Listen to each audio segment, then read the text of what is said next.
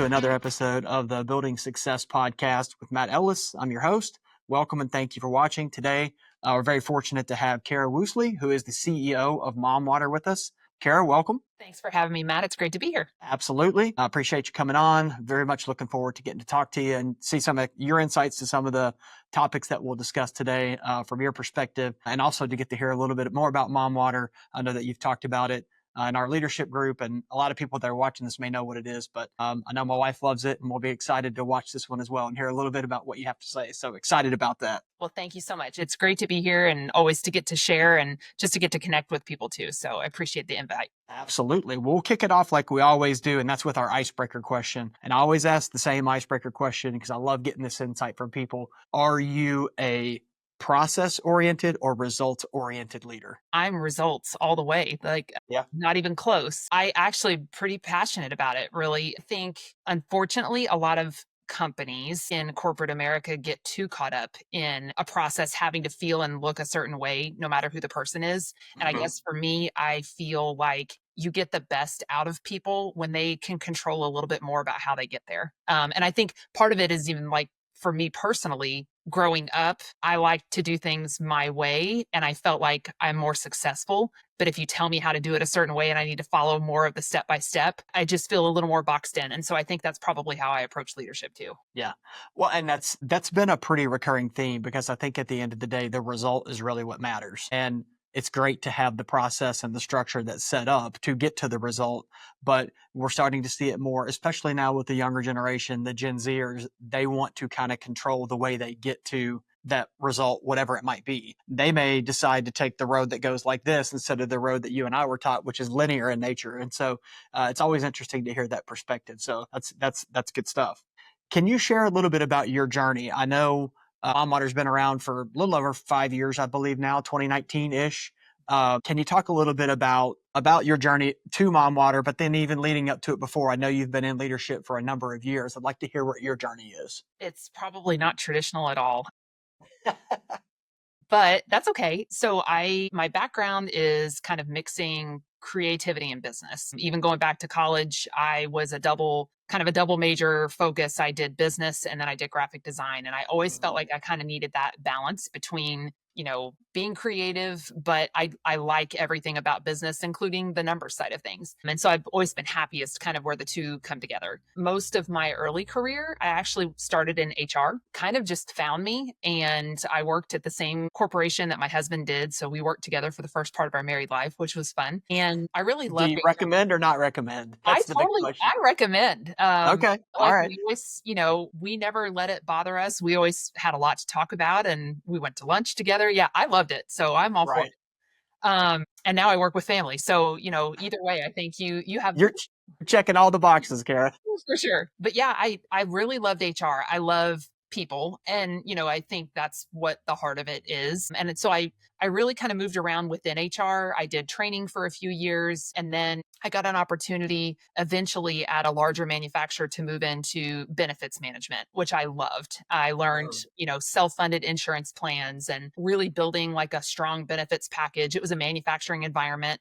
So everything from, office staff and expectations there versus like a manufacturing group, and how do we service our people and meet their needs, no matter their background. So that was a really great learning experience for me. And I really learned a lot in that role. And then I decided to make kind of a big move. I moved to manage a mid-sized medical practice. It was a women's healthcare clinic, about a 50-person office. There were 6 physicians and 4 mid-level providers. And I wanted to go back into small business. I think, so my major was actually entrepreneurship within business. And I think this was kind of the closest I could get to running my own business. And it was a very positive change for me. I liked what I had done before, but there were a lot of things about corporate life that I didn't love. And I think, kind of going back to your first question, I think there was a little bit of a caged bird kind of feeling.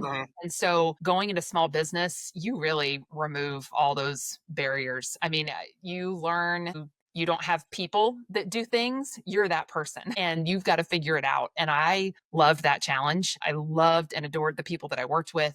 So that was huge. And honestly, if that hadn't happened and that change hadn't happened, I don't know that I would have been ready for the MomWater journey, which was very unexpected. So the backstory there is my brother and his wife are the founders. And when this kind of started to become more than just this side gig for them, they approached me about coming on board. And at the time, the pitch really was, we're just looking for somebody like help us with the books. I mean, we really didn't have any idea if it was promising, if it had a future. And kind of talking things over with my husband. I mean, I had a really solid job, but we both kind of felt like if I didn't take a little bit of a gamble with them, I would regret it. I mean, it was my family and they had a lot on the line. And so I made the jump. I was employee number one, technically number four, if you count the owners. And I never looked back. So it started very small. I started kind of just doing all of the back office stuff. I managed our, finances, kind of was marketing head for a while. And then over time, as we started building the team out, I grew into kind of a director of operations role, eventually chief operating officer. And then back in 2023, I guess, I moved into the CEO role about halfway through that year. And so it's been a wild journey, but I mean, all of it super positive. Right. And I'm glad you said that. I remember you mentioning in the past of you had progressed to CEO from when you started. I want to go back to something interesting that you said before MomWater, and you talked about the caged bird mentality. Was that your typical corporate America? Well, this is kind of, when we talk about process and result, at least, this is kind of how we've always done it. So this is the way we're going to continue to do it. You didn't have that autonomy or ability to kind of spread your wings and fly a little bit. Yeah. And so, although I think they were always open to new ideas, they were a very process driven company. Okay. So, probably, for me in the long run, a little bit of a mismatch. Great people. I learned a ton there.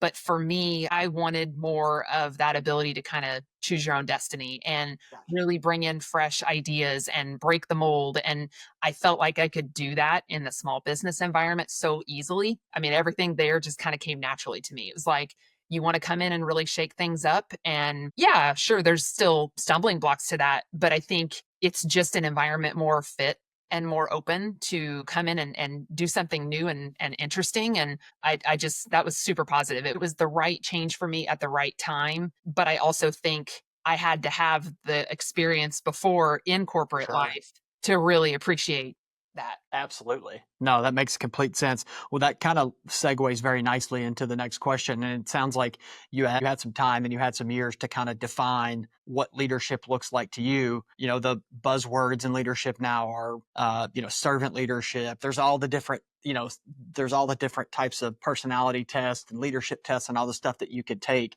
How do you define your leadership style, or what type of leadership style do you believe you have? So maybe part of it comes from the feeling within me that, I think maybe an internal fight is that I feel unqualified to be in the role that I'm in. I don't know that anybody, once you get to a CEO role, really feels like they're super qualified to be there. And so kind of with that in mind, I guess I look at it that all of the people that I have leading the different areas of the business, they're the experts. They're the ones that I hired or that got hired for a reason because they know their stuff. And I don't want to stand in the way for them to be able to accomplish what they're really great at. And I should be facilitating that. I should be supporting that. I'm at times to be the voice in the room, and at times I need to be the listener. My team will tell you I'm great at playing devil's advocate. I never really know what to do with that feedback, if that's a good thing or if it's a bad thing in their eyes, but that's kind of what I'm famous for. And so I think I do that, though, hopefully in the right way,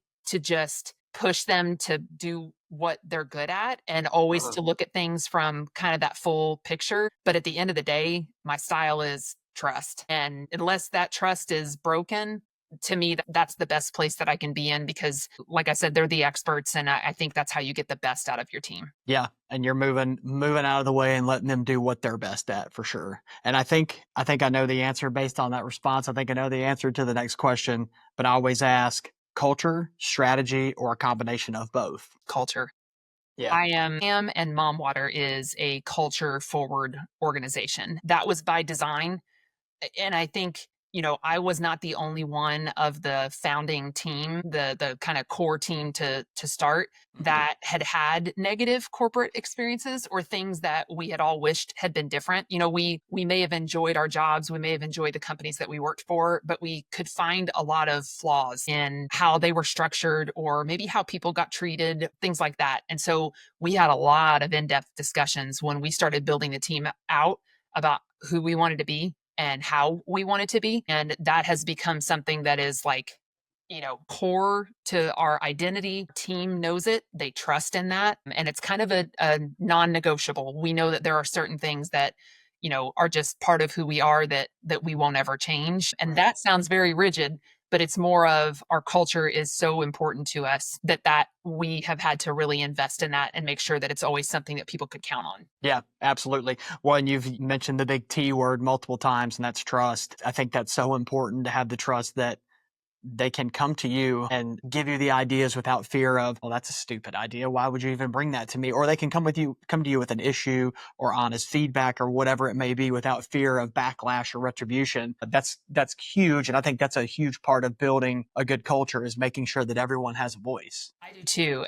I've had people on our current team that have, had an open conversation with me about something, and closing that conversation have made comments like, I was a little nervous about bringing something like this to the CEO. I didn't know what your reaction would be, or I was a little bit scared to kind of speak up. And, they were refreshed by the conversation. It kind of breaks my heart to a certain extent because, it's like people are smart and people bring a lot of inherent value. And unfortunately, they find themselves in spots where, that's stifled, or there's a lot of red tape to really be able to bring something new and fresh. And so, yeah, that's something I feel really strongly. I mean, open door policy, however you want to put it. And I know there's others out there too, but that's really important. I think you have to be willing to listen and allow people their opportunity to speak up. And you can't take all ideas and implement them, but I think you can at least be open to hearing them. Absolutely. Well, and I think that it's important not to create a choke point at the top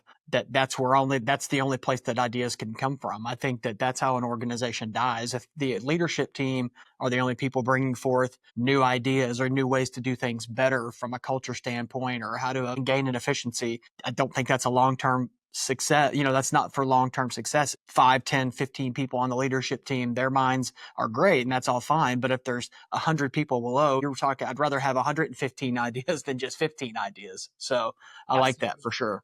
That's good. So can you tell me about, you've talked a lot about people and you've talked a lot about the culture and how this has been a culmination of kind of leading into your role here.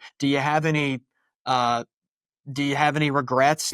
Talk about past, present, future, just your people in general. It sounds like you've really doubled down on the culture piece of it. I'd like to kind of hear your take on that and how important that is to you and the organization. Yeah. I mean, when I think about people, it's easy, I guess, at the top position to think about like your team and people maybe that report up to you and their roles and contributions. But then I also feel for myself, no matter the role that I've been or up in or the company that I've been a part of, I've had to have a person or a couple of people that are my sounding board, people that I can trust. And they may be like now, they may be in roles where technically they report up to me, but there's somebody that I do trust, somebody that I feel like I can bounce ideas off of. So I think that that's something that I guess for other leaders that I would want to make sure to encourage is you got to have a person or a few people because you can get very drained in a leadership role. And, you've got a responsibility to care for your people.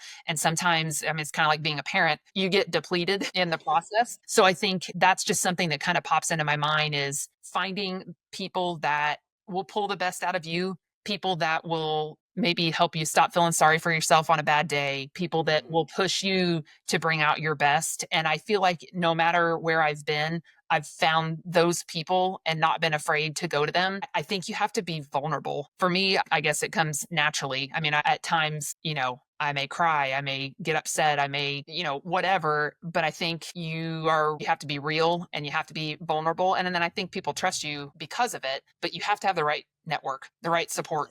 Yeah, agreed.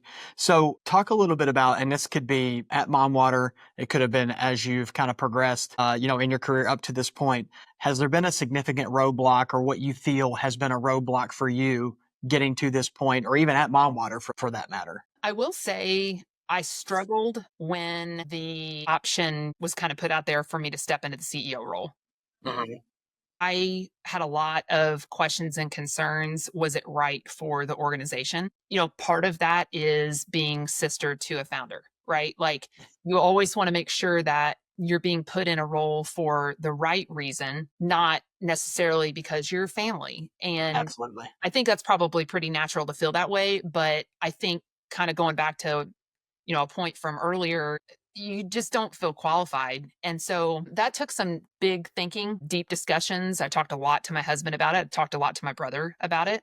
Both my brothers, our other brother works with MomWater too. And, it's kind of like one of them at some point said, if not you, then who's it going to be? Right. Because in their mind, they trusted the fact that I had been here since day one and I grew up with the business and I knew, but in my mind, there's always somebody more qualified that could step into that role, not realizing that because we're a very culture driven organization, you could also kill an organization by bringing in a leader that may not get who you are and that has value too. So I do think confidence has been an issue for me off and on throughout my career, but like you know, having those support people, you need them to tell you sometimes when you're off the mark. And thankfully I had some people that breathed some positivity in my mind, and I'm super glad that I ultimately took the gamble. And I think it's worked out okay for MomWater. I try to learn something new every day and know that I'm not always the smartest person in the room. So, you got to be humble too. But yeah, that's been something that I think is just a roadblock, and maybe for other people too. But for me, it's kind of reared its ugly head every now and then. Right. Well, and I can only imagine that you probably felt a significant weight on your shoulders for not also wanting to let your family down. I mean, this is your brother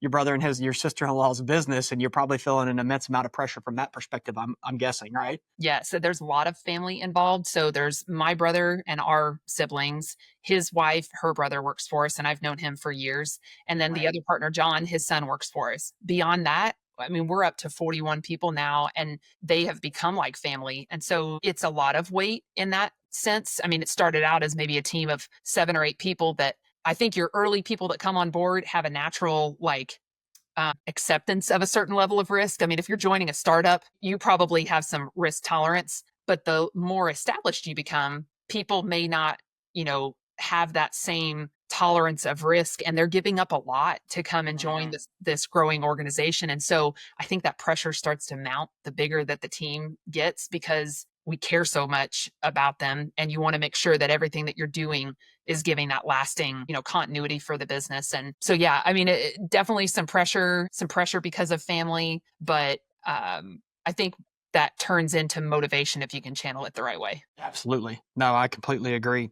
So we talked a little bit about some of the roadblocks that you may have had. What would you kind of talk about your biggest success or some of the successes that you believe that you had so far in your career?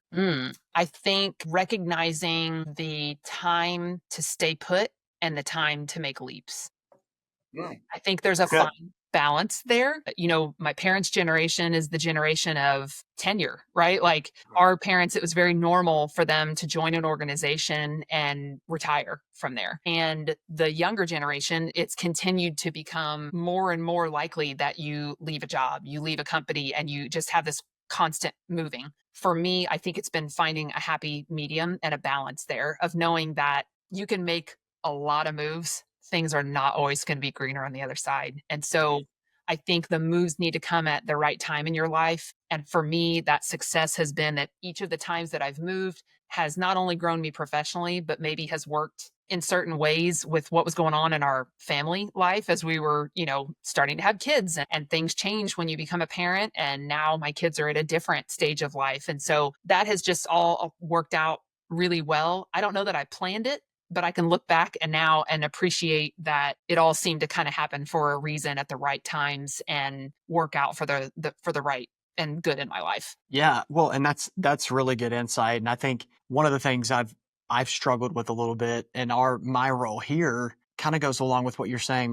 My parents' generation, and it kind of was instilled in me a little bit that you go and you work at an organization for your career. You start that job and you retire. And I haven't had a ton of jobs in my life. I went to the military, had a couple little knickknack jobs through college, but by and large, I've been in most of my professional career, I've been here, but we're starting to see, and I'm sure you are probably dealing with this as well now, Gen Zers, the newer generation. I mean, gosh, it's not uncommon to keep them for 2 years, 3 years, or see a resume for a Gen Zer come in that it's like, holy cow, you've already been to four different locations. It's tough, but I think it's just a way, it's something that we have to manage. Are you dealing with that as well? 100%. And honestly, it's interesting because, and I'm sure you feel the same way. When you get to a certain point in your life, you have retrospect, right? And I know that for that generation, as you're entering your career, you don't have it yet.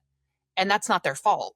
But I think I've tried to encourage and counsel people to really take a look at the whole of your career, everything that comes with it, from the actual, parts of your job that you trained for, your skill set, the way that you actually put it to use, to the culture, the people, all the things about your organization that are part of your life. And that balance and all of that together is really the full picture. You can't get so granular and so focused on comp and benefits and, structure that you silo that away from everything else that comes with it. I think that the pendulum for them, it'll eventually swing and stop, because it's not sustainable to constantly, I think, move for 20 plus years. But I hope that there's a little bit of a, again, kind of that pendulum swing back the other direction, to where we do get a little bit of a nice balance where people know that they have to make a little bit of an investment of time to really allow it to pay off, so that you can grow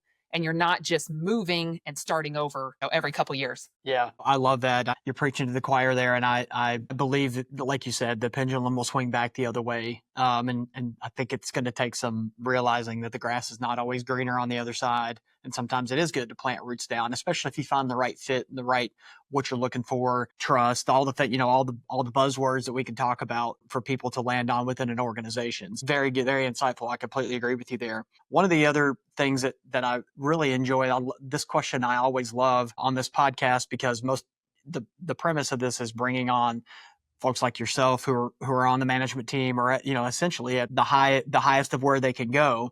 I'm curious as to where you want to go from here. I mean, you're the CEO of MomWater. Where do you want to go in 5 years or 10 years with the organization, or where you talked a little bit about having the patience to know when to make the leap or when it's right for you. Curious to what that looks like for you. So, I mean, the first answer that comes to mind is, I mean, I'm here. I've put my roots down. I love what I'm doing. I love everything that we're doing as a company. And for the foreseeable future, I can't see that changing, or me even having a desire. Now, if things changed for us as an organization, the natural part of our industry is mergers and acquisitions and all the things that you can't really forecast, right? If that is in the future for us, then there could be change brought my way that maybe I'm not even really looking for.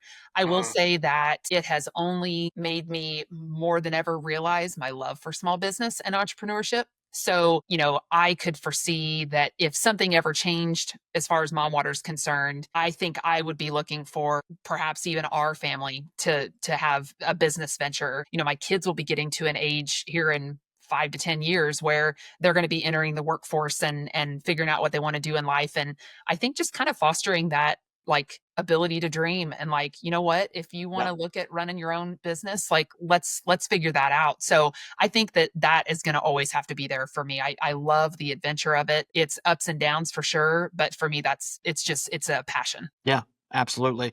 Well, as we kind of start to sunset this podcast and get to the end, I like a couple things I like to do. I like to give the listeners and the viewers, when I have someone, I like to ask for a favorite leadership quote and or a book or a podcast and whatever you might be listening to. I'm curious if you can give me one of your favorites. I did. I have to read it to you because I'll get it wrong if I don't. And he is not necessarily this is not from a leadership book or anything like that, but it's from Bob Goff, one of my favorite authors, and it says, "Embrace uncertainty. Some of the most beautiful chapters of our lives won't have titles until much later." And I guess for me, that feels like it fits. It fits our discussion today. It does.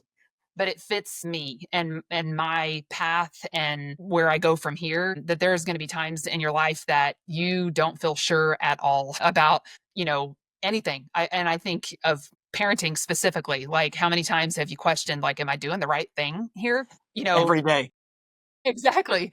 And so you won't get it, you won't see it until later on when you can look back and really see the beauty there. And so, yeah, for whoever needs to hear that, that one's a good one for me. Love that. I jotted that down. I'll put that one in the Rolodex of good quotes to deliver at the right moment. So I would like to, before we wrap up, like give you a chance. I know I had introduced you a little bit earlier, and you've talked a lot about MomWater, but I would like to give you the chance. I know from you've brought some samples into us, and we've had it. I love it. I've seen it in the stores. I know you guys are in a number of states now, but I Mhm. want to give you a chance to talk a little bit about MomWater and kind of what you guys were doing and where you've expanded to and where you want to go. Sure. So the short story as far as what MomWater is it's fruit infused vodka water, and the brand was born from an idea that Bryce and Jill had on vacation. They were at an all-inclusive resort that had spa water. She took some to the bar, they added vodka to it, and that was where the concept came from. They did not come from the industry, so it really was a Cinderella story in the sense that they came back. They eventually decided, hey, let's do something with this, and decided to go after starting their own company, moved out of two very solid healthcare jobs to start the business. And it just really blew up. It Yeah. went viral early on in our time. We started in Indiana, Kentucky in 21 selling. And over the last 4 years, that's grown to around 40 states Oh, wow. Okay. on shelves. Plus, we do some direct to consumer shipping through our distributor partners, which gives us a few more states access. We have 41 team members now. We do more than half of our business in, like, our sweet spot is definitely grocery and mass market. So, like, Target's our number one account. Walmart, Publix, Meijer, that's where our shopper finds us and really latches onto us. We also started Dad Water a couple of years in, which is tequila water instead of vodka. So we have the two brands that are kind of able to play off of each other. We have a fantastic group of people that work really, really hard. They treat it, I think, like it's their own business, and that's really magical. People are more passionate about something that they feel, is kind of theirs and theirs to shape. And I think Right. that's how our team really approaches their work. There may be brands and companies out there that have a lot more money than we do, a lot more resources and a lot more expertise, but our people work harder and more passionately. And I think that that has been a lot of the secret of our success. I think the brand is really unique and fun and playful. The product is super unique and different. It's not like anything else out there, but I think the X factor is the people behind it and what they've done to really get us from where we started to where we are now. It's been an unbelievable journey. And a lot of people say that it's like, oh, that's like a Shark Tank story. And it's like, it really is. The It difference is, is it that we definitely never is. had to bring on, like an angel investor that was a celebrity. So Right. That's awesome. No, that's awesome to hear. And I can give a personal testament that I've had both, and they are delicious. In fact, we keep some in our fridge, and we keep several of those in our garage fridge. So yeah, they're fantastic. I highly encourage people to give them a try for sure. And knowing where we can find them also helps as well. So thank you so much, Kara, for coming on. I really appreciate it. Good insight, a lot of really good pearls of wisdom there that I think people can definitely glean some knowledge from. So thank you for that. you're And so this welcome. has been building success. Until next time, thank you all so much.